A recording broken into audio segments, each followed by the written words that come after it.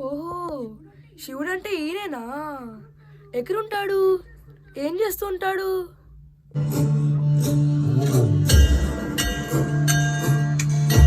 శివుడంటే పేరు కాదు నాయన,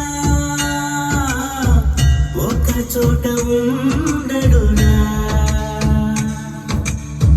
నీలోన నిజమే నాయన, అదే ఆయన స్వరూపమయ్యా. అమ్మ చెప్పింది నాకు.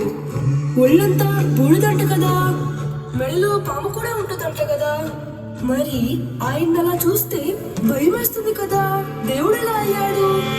బూడిద అంటే అన్నీ పోయే సత్యమేను రానా కన్నా, పాము అంటే భయము మీద జయమయ్య నాయనా.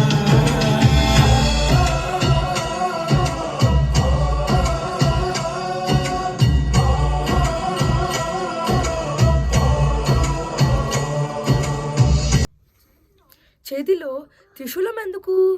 ఆయనకి 3 కళ్ళు ఉంటాయంట కదా, నిజమేనా నాన్నా? త్రిశూలం అంటే 3 గుణాల రూపమే రానా కన్నా, 3వ కన్ను ఆండి కాల్చే జ్ఞానమే నా చిన్న.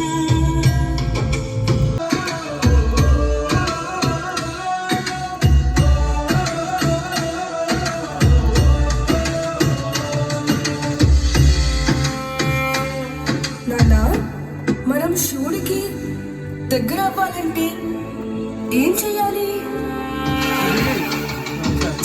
అది కొద్దిగా గ్యాప్ వచ్చింది. మనం శివుడికి దగ్గర అవ్వాలంటే అది కొంచెం దగ్గర జరపాలి. మరి కొంచెం చూసుకోవాలి. నాన్నా, మన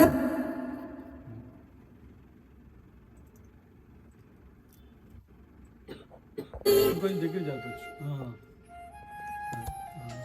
నాన్నా, మనం శివుడికి దగ్గర అవ్వాలంటే ఏం చేయాలి?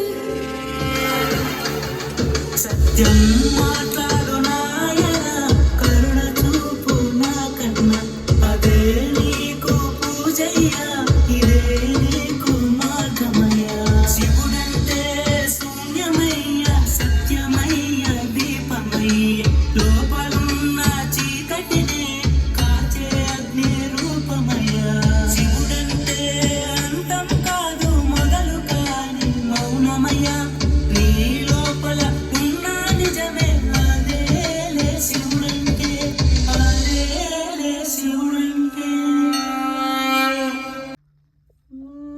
తందార తాడేర